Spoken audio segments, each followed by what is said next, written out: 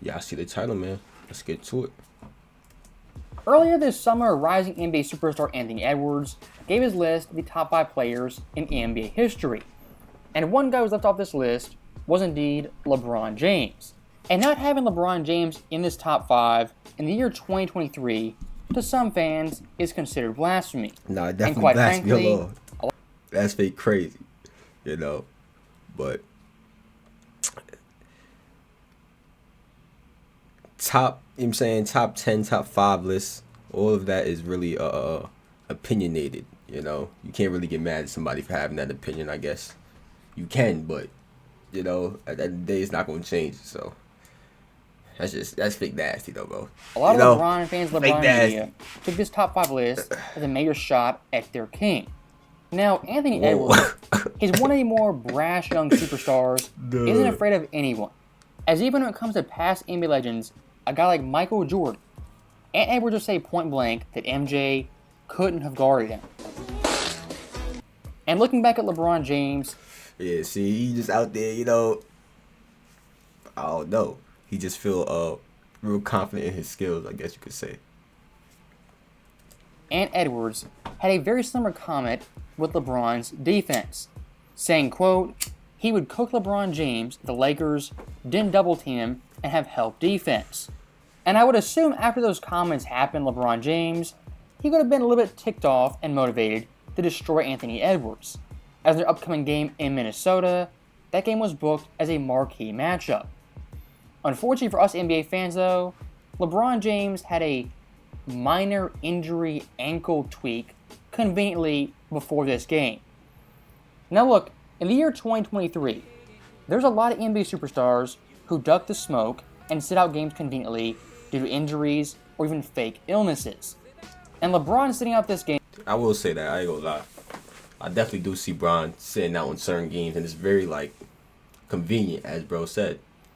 It's just, it can't be a coincidence you sat out this game, bro. Why you sitting out this game, bro? You know? So I definitely feel where bro is coming from. I got to talk into the mic, my fault. I definitely feel where bro is coming from with that. But at the same time, you know, it's like, what he got to prove. You know what I'm saying? What he got to prove to the youngin' that's in the league now. You know what I'm saying? At the end of the day, he probably gonna end up playing them next game. Next time they see each other. But I just don't like how he be sent out on certain matchups, I guess you could say. Was very Joel Embiid-ish. As the Lakers minus LeBron, of course, lost this game, AD went solo, and their losing streak was extended to a whopping 5 games. So with LeBron ducking Ant Edwards, one of the rising NBA superstars, it made me think, did Michael Jordan back in the day at age 38, 39 have a similar situation to Ant Edwards versus LeBron James? And luckily for you guys, there's one scenario that is eerily similar.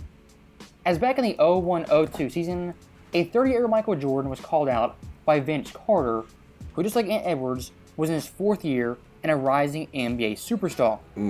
And Vince before this game, when discussing MJ the Wizards, kind of brushed off Jordan's defense as an afterthought, and the idea Jordan could lock him down was dismissed. Vince Carter today on facing Air Jordan. That's not me, y'all. He's not guarding me and I'm not guarding him, so, you know, it's just, I just come out there and do my job, night in, night out. That's what it's all about. You know, and right now, I have to worry about Richard Hamilton. You know, he's the one actually doing the job for the team as far as putting the points up there, so I have to worry about him.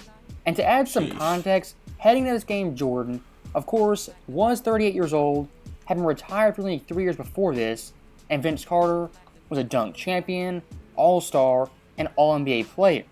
So in the first half, Toronto and Vince Carter, they were dominating, they were rolling, and breezing their way to an easy victory versus a mediocre Wizards team. And Jordan at that point wasn't really guarding Vince 1v1 and taking the assignment personal, as Vince in the first half had 23 points, 8 of 17 shooting, all of 1 from deep, with only 1 turnover. Now, of course, Toronto winning this game, Vince Carter playing fantastic. You would think in the second half, Vince would at least have 17 points, over 40, and possibly 50. Not this night, as Jordan, aged 38, took the assignment of a young prime superstar and shut him down. As Vince in the second half could barely even get a shot on. So this just goes to the title that Mike never ducked no smoke, you know. Sheesh. So instead of just letting Vince keep going crazy, you know, Mike decided to take it upon himself. You know what I'm saying? Put the game in his hands and take that assignment. You know what I'm saying? Lock him down for the whole second half. No points. No points is crazy. You know? He had himself a half. He had himself a great half. Great first half, you know? And then to come out and get locked down like fully, like no points, not even free throws, you know? That's different. As the next 24 minutes, Vince Carter had a whopping 0 points, 0 of 4 from the field, 0 of 2 from deep, with 0 free throws attempted. And Vince in the fourth quarter, it wasn't like he wasn't trying. He played 10.5 minutes with a possible 12. But Jordan still shut this guy down on both ends of the court. As in the second half, Jordan had 12 points to Vince Carter's 0, 3 boards on 5 of 12 shooting, and 2 of 2 from the line. This right here, Vince Carter pre-injury, was the best version of Vince. And he was getting all the hype in the world, being called Jordan 2.0, being compared to Kobe, T-Mac, and the great players of that era. That's what they was called. I think they was called Air Canada. What else?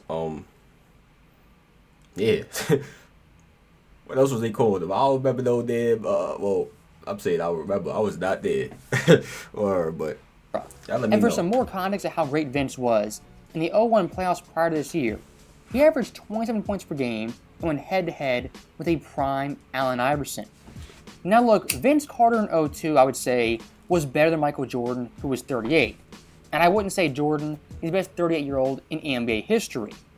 But the thing is about Michael Jordan, a player his caliber, on any given night, he can rise to the occasion, dominate, and tap into that greatness. And on the defensive end, despite numerous knee injuries, ankle injuries, having bad fingers, if he mustered up the energy, he could shut down. I feel like it's more so a mindset thing though, bro. Like Jordan would not stand for that. He's not gonna stand for you, you know, going out there and killing his team. Damien dropping 30 in the first half on his team. You know what I'm saying? That's gonna cause him a loss. You continue that. So he got to put a stop to that. That's all it is. You know? It's really just a mindset thing. If Bron just you know, Bron's never gonna be that player. He's never gonna be that player. He wasn't born with that mindset to not let nigga go crazy for real, you know? Unless he start talking. If he start talking, then Bron probably, you know, play deal and say, nah, I'm about to kill you. But other than that, if you don't get out of line like Dylan Brooks or something, Bron not tripping on nobody. And that's the problem. That's the problem, man. Mike tripping. I ain't gonna lie, you scoring too much. Mike tripping. He like, nah. Nah, Vince. I ain't gonna lie. You wildin' now. You know what I'm saying? Down even the brightest of NBA stars. And if you want to compare Vince Carter versus Jordan that year in 0-2, I mean, the numbers aren't that drastically different. Yo. As both these guys played 60 games, their teams went 30-30 when they played, and their numbers are eerily similar. Both in the mid-low 20s scoring, 5 boards, 5 assists on so-so shooting splits. Those numbers back in 0-2 were 100% elite for a perimeter player. And looking at today's NBA, where teams are scoring 120, 130. That's fake. That's not even a superstar in today's game, bro. That just shows you where the game has gone in terms of the explosion in scoring, the explosion in the lack of defense.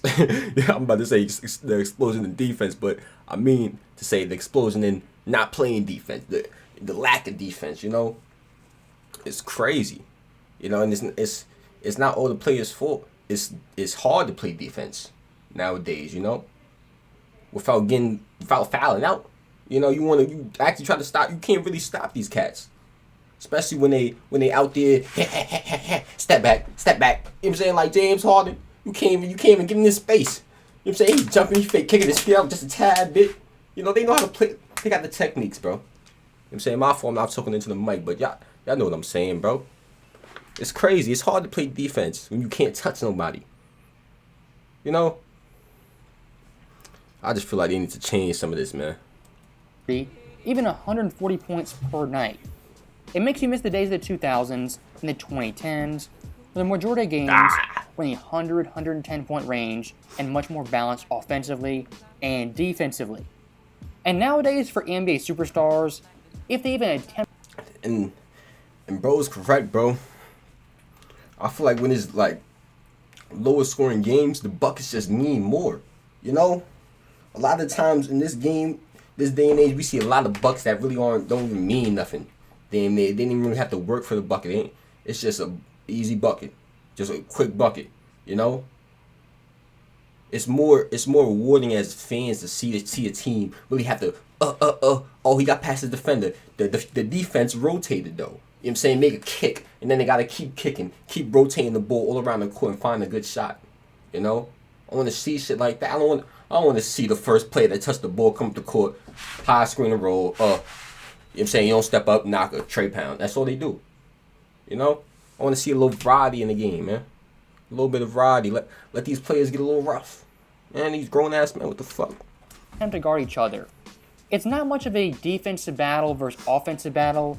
It's more of conceding, yeah, this guy will get his 25, 30 points, but on the offensive end, I'm going to try to get 30, 35, even 40, and just outscore him. The days of great defensive matchups, largely, are gone from the NBA. And seeing Jordan, age 38 in Washington, shut down Vince Carter, who was 24, is 100% impressive in hindsight and in the moment. And That's like you guys already know, context for eras is definitely very important in evaluating stats and individual players. And back in 2002, again, the offensive prowess, the defensive prowess was night and day. As in today's NBA, the stats we see on a nightly basis are hard to even comprehend. As currently, there are a whopping 51 players averaging 20 plus points per game, 18 guys averaging above 25, and 5 guys averaging above 30. Come on, bro. The numbers that was elite for a perimeter player back in the day, when we just seen, was about 20 to 25. You understand? Probably about 5, 6, 7 players, if that, averaging that. You know? Nowadays we got 50 to 18 averaging between 20 and 25 plus. I'm gonna just say 30, like 30 people averaging 22 plus. You know, like that. Like, it's just when are we gonna balance it out? That's my question to Adam Silver. When are we gonna balance it out? You know, give the defensive side of the ball a chance, because you know it's non-existent at this point, bro. It's non-existent. For comparison, back in 2002, there was 1 guy averaging 30 and 6 guys averaging 25 points. Look, now, what some that's how true it is. I said 5, 6, 7, if that. I'd say is, well, today is much more talented. This era is much more talent. Look, nice try. But the early 2000s was packed full of talent. The difference in eras isn't talent, isn't skill. It's defensive rules, an increase in pace, and three-pointers taken. Facts. And some stats that'll blow your mind. Even looking back at 2002, Michael Jordan at advanced age, his overall scoring ability was still top tier for the best NBA stars. As his per 100 stats, he ranked 3rd in the NBA in scoring at 35.7 points. Now keep that number in mind, 35.7 points per 100 possessions. If you look at 2023, per 100, let's see Jason this comparison. Tatum averaged exactly 35.7 points, the exact same as Jordan in 2002. Now, Tatum currently in the NBA is 10th in scoring, ahead of Jokic, Dame, LeBron, and Ant Edwards. What's my point?